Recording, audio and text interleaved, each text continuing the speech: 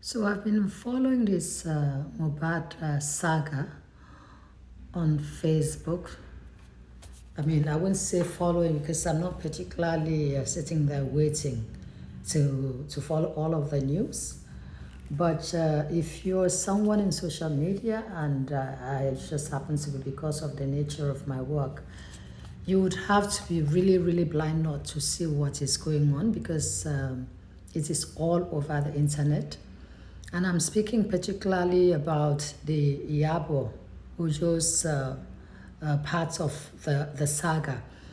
And I think it was just yesterday, I saw a post that she made about the pain she's going through because of the way people have brought her daughter into this and the pain that is causing her to see the pain that our daughter is going through because of this.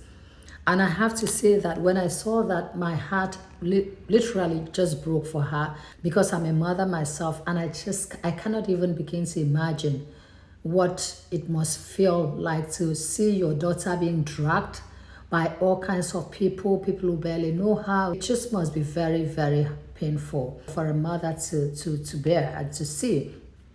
However, I have to say that there are certain things that I've taken note of concerning this issue. Like I said, especially the Yabo Ojo's part in it.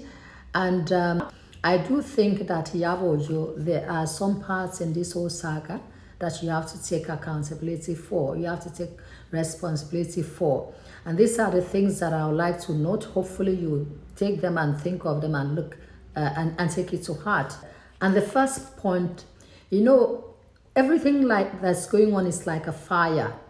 And someone says something, you respond, and you respond, and they say something. And every time you respond to something someone says, you're feeding that fire. It's like you're pouring fuel on that fire. On one hand, you're crying at the pain this is causing you and your daughter, which is understandable. But on the other hand, you are feeding the fire.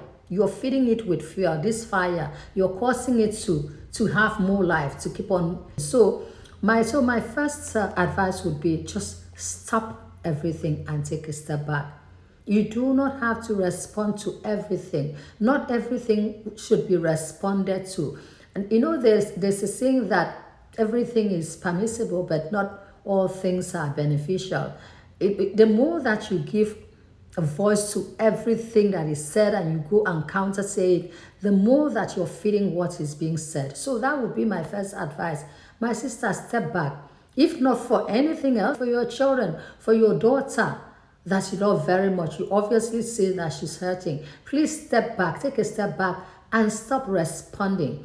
The next point that I want to put here is point number 2, is that VDM is actually not your enemy.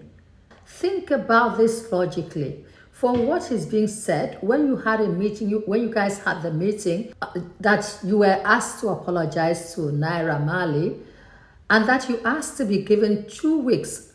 Believe me, if VDM was your enemy, he would have encouraged or even come out and said exactly what was said. But he allowed you those 2 weeks because he was thinking that you'd be wise enough to come out, even in your own voice, using your own words, to say, okay, you made a mistake. Naira Marley maybe it's not actually involved in this, that you were emotional and that's why you came out, and based on that emotion, that can happen. You would have been forgiven. Nobody is perfect. He gave you those 2 weeks. Not many people would do that. Many people would have pushed like, no way, you apologize now or we take it out. But he kept coming and telling you what was said in that meeting. He kept not pushing, but gently nudging you, hoping that you would come out and do the needful thing, the right thing. They are still people who love you. They would have forgiven you. In fact, if you did that first video, if you had done it, apologize, and with the fire, people came out and and told you, oh, why did you do this? You see, now you would have come up maybe with even a second or third video and say, you know what, no one is perfect. It was in the heat of the moment. I was emotional, and people will still have forgiven you. But you kept on and you kept waiting for you to do the needful thing. And the next thing you did was to go to Canada, America, or wherever you are at the moment. And so now VDM had to respond because of what he does. And now some of your supporters are seeing him as a hateful person, that he hates you. VDM actually doesn't hate you.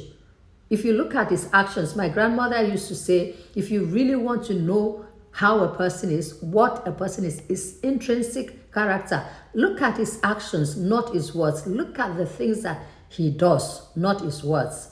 And so that's what I want to say on the VDM. But please know that VDM is not your enemy. If he were your enemy, he would have pushed for that apology there and then, even within 24 hours if you wanted to be even a bit lenient.